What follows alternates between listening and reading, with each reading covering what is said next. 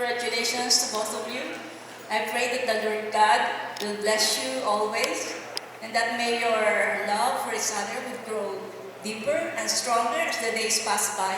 And I pray that your marriage be full of love, full of respect and understanding, and that the love that you shared, the bond that you shared, will last forever. And pwede ba akong magbasa ng konting-konting? I'll just share some tips for a happy marriage.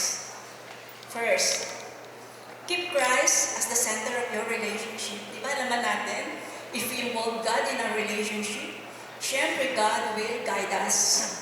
Next, love one another. Express your love and affection generously. Huwag tayong matipid sa pagsabi ng ating emosyon. Kung mahal natin sila, why not express it? Show it. Diba? Huwag natin ipagdamot. Next, compliment each other. Kung merong favor na nagawa yung spouse mo or you, even kahit na simple lang, make time to compliment. You can say, thank you, I love you, honey, something like that. And then, communicate and trust. Dapat maging open ang lines ng communication ninyo. And trust. Mahalaga ang communication at pagtitiwala so that wala ang communication gap. Next, listen. Kung merong gustong sabihin ng isa, take time to listen. Don't ignore one another. Diba? Make one important to each other. Next, encourage one another. Building one another. Not saying bad words. Not saying negative words that will lessen kanyang self-esteem, di ba? Mas maganda yung, it's better na you can say it softly, gently.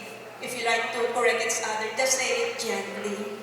And then, say, I love you often. How many times do you say, I love you to your spouse? Do you say it 3 times a day, 4 times a day, or many times? Okay? Next, forgive. How many times do you forgive each other? Diba? Sabi sa Bible, countless times, many times, and never bring up the mistakes of the past. Let bygones be bygones, and continue forgiving each other.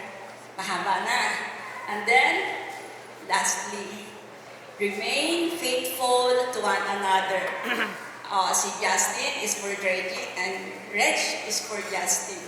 Be faithful as God is faithful to us. Yun lamang mga inanak. God bless you and congratulations. Thank you so much, Mrs. Susan Bernabé.